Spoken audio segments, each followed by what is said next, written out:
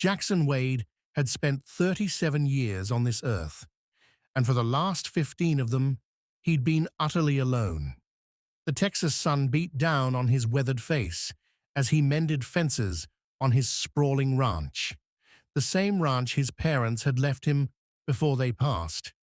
Every evening, he'd sit on his porch and watch the sun disappear behind the hills, wondering what it would feel like to have someone waiting for him inside, to hear children's laughter echoing through the empty hallways of his farmhouse. He'd tried dating in town, but the women there wanted city life, not the isolation of ranch country. Then one scorching July afternoon, everything changed. A battered station wagon pulled up his long driveway, dust billowing behind it. Out stepped 7 children, ranging from about 4 to 17 years old, followed by a frazzled-looking woman in her late 60s. The eldest boy, maybe 17 with defiant eyes, stepped forward. "Mister, our car broke down. Phone's dead. Can we use yours?" Jackson nodded, unable to take his eyes off the chaos of children. 3 boys and 4 girls, all dusty and tired. While the grandmother made calls, Jackson brought out lemonade and cookies. The children devoured them like they hadn't eaten in days. That's when he noticed the bruises on the youngest girl's arm, the worn-through shoes, the way they all flinched when voices were raised. Over the next hour, the story spilled out. The children's mother, Sarah, had died 6 months ago. Their father had remarried quickly, and his new wife, along with her adult children, had made it clear these kids were burdens. The grandmother, Martha, had finally taken them and run, planning to reach her sister's house 3 states away. But now, the car was dead, and so were their options. Jackson looked at those 7 pairs of eyes, some hopeful, some scared, all hungry for kindness.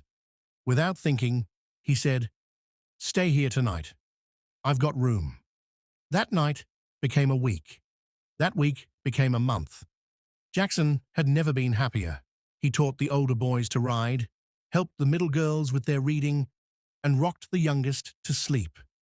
Martha cooked meals that filled the house with warmth.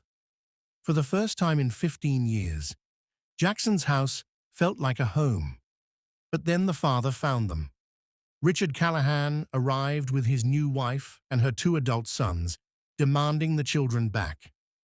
"They're mine by law," Richard sneered. "You've got no right to keep them." Jackson's heart shattered as he watched the children cling to Martha, to him, begging not to go. The stepmother's eyes were cold as ice. "They're nothing but mouths to feed," she said loud enough for everyone to hear. "But the child support money, that's ours." The next 3 months were hell. Jackson hired a lawyer, but he had no legal standing. He was just a stranger who'd shown kindness. He visited when he could, bringing gifts, trying to see the children, but the in-laws blocked him at every turn. The kids were forbidden from seeing him, from even mentioning his name. Through his lawyer, he learned they were being worked like servants, denied proper food, kept from school. His heart broke a little more each day. Then one freezing November evening, there was a knock at his door. Jackson opened it to find all 7 children standing there with Martha, shivering and carrying garbage bags of their meager belongings. But they weren't alone. Behind them stood Richard and the Step family. Jackson's hands clenched into fists, ready to fight, ready to protect these kids with everything he had. But then the eldest boy spoke, his voice clear and strong in the cold night air. "We told them we'd run away forever if they didn't bring us back to you. We told them we'd tell every authority, every news station, what they'd done."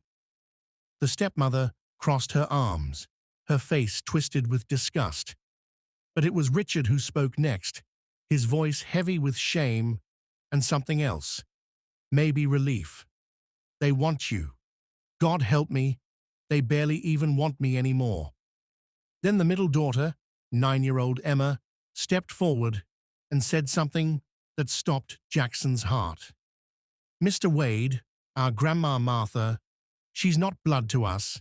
She was our mum's best friend who stepped up. And we thought, maybe—" The eldest boy finished the thought.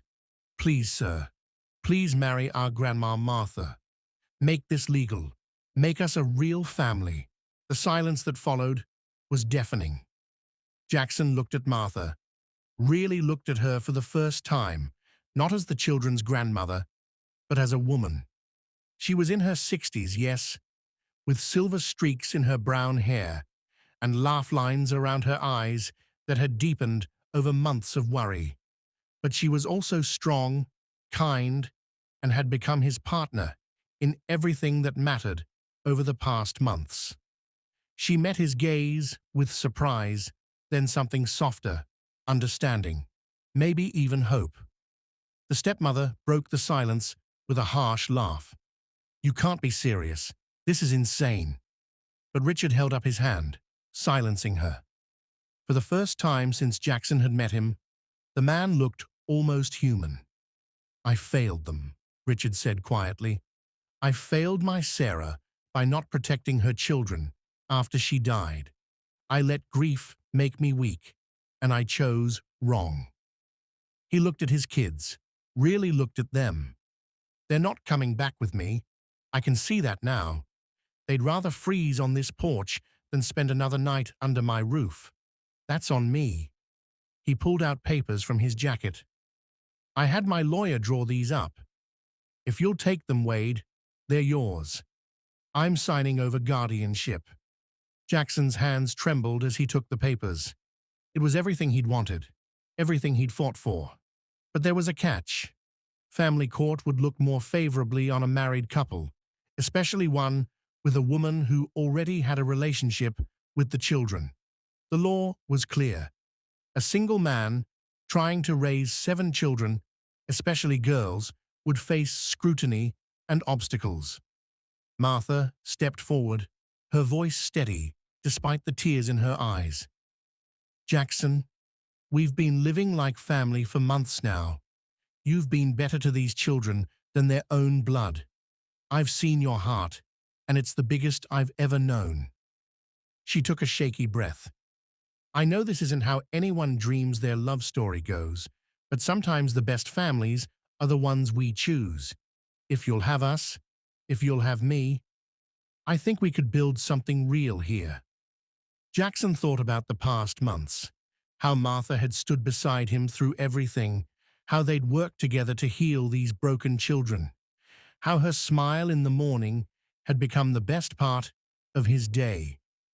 It wasn't the romance of novels, but it was something deeper: partnership, respect, and a growing affection that felt more solid than any passionate whirlwind. He dropped to one knee, right there on that freezing porch, surrounded by 7 stunned children and their bewildered father. "Martha, I can't promise I'm easy to live with. I'm set in my ways, and this ranch is demanding. But I can promise I'll spend every day trying to be the man you and these children deserve. Will you marry me?" Martha's tears flowed freely now. "Yes, 1,000 times, yes." The children erupted in cheers, piling onto both of them in a massive hug. Even the Step family seemed shocked into silence. Richard signed the papers that night.